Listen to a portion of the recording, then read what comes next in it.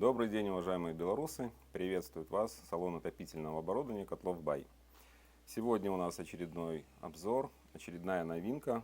Вообще в этом году, к концу года, у нас много новинок. Мы уже показывали печи Метабел, Дунай у нас появился, топки появились. Сегодня у нас обзор по российской печке. Называется он Black Stove. Можно перевести как черный камин, черная печь. Производится она в Твери. Вообще завод этот выпускает продукцию под брендом Березка. Очень много и популярны достаточно в республике печи Березка банные. И сейчас они выпустили две модели печей каминов. Чем они интересны, расскажу. Две модели. Одна 9 киловатт и эта топовая модель по мощности 13 киловатт. Значит, это стальные печи. Она очень похожа на метабеловскую печь Енисей. Те, кто в курсе, выбирал, может, смотрели на наших сайтах, они там достаточно давно уже представлены, пользуются популярностью. Енисей 11 киловатт по мощности, это еще на 2 киловатта мощнее. Здесь видно по габаритам, то есть высота 1,20 м, огромная печь, очень хороший обзор, трехстекольная. В отличие от Метабела, придумали здесь футировку из чугуна, то есть стальная печь футирована чугуном. Причем масса у нее 200 килограмм, то есть очень серьезный такой агрегат. И эти плиты, которые вы видите в топке, они выполнены из чугуна. Чугун очень толстый, прочный. И еще чем интересна эта печь, по заявлению производителя, они совместили в одном лице и колосниковое горение, и подовое. Такое мы не встречали. Разобравшись с конструкцией, здесь, конечно, можно поспорить, но вообще идея интересная. То есть здесь есть регулировка колосниковая, то есть воздух подается как в стандартной печке под колосник, соответственно нижнее горение, все стандартно.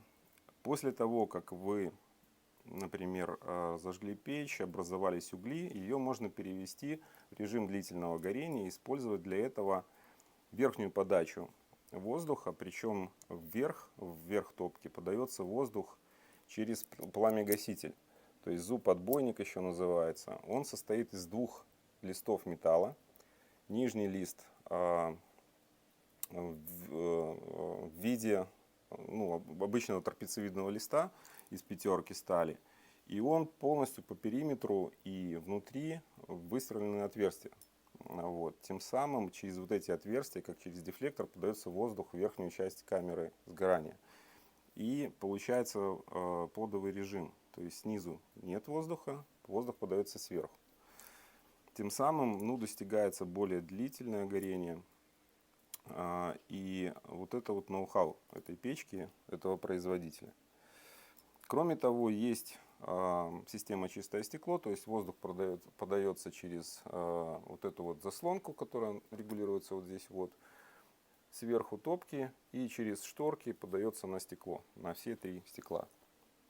Стандартный диаметр дымохода 150 размера, причем он здесь предусмотрен как вверх выход, так и сзади.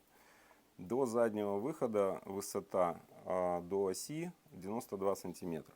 Многие спрашивают, 92.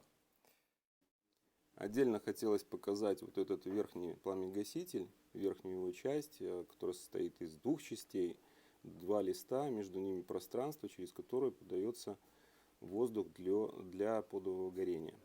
То есть для вторичного дожига, можно сказать.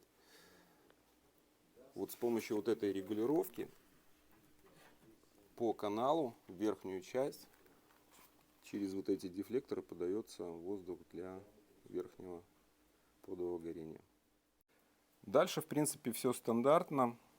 Внизу дровник,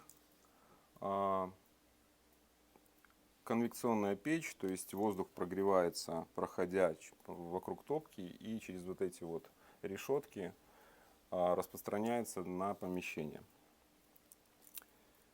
И, как я говорил, за счет такой большой массы, то есть и большой мощности, вот эта вот печь ну, может стоять и отапливать дом там, ну, вплоть до 100 квадратов, 120. Причем свободно помещаются очень большие бревна, то есть можно так сказать, порядка 60 сантиметров. То есть стандартные вот эти 45-ки, 42-ки, они влазят здесь без проблем.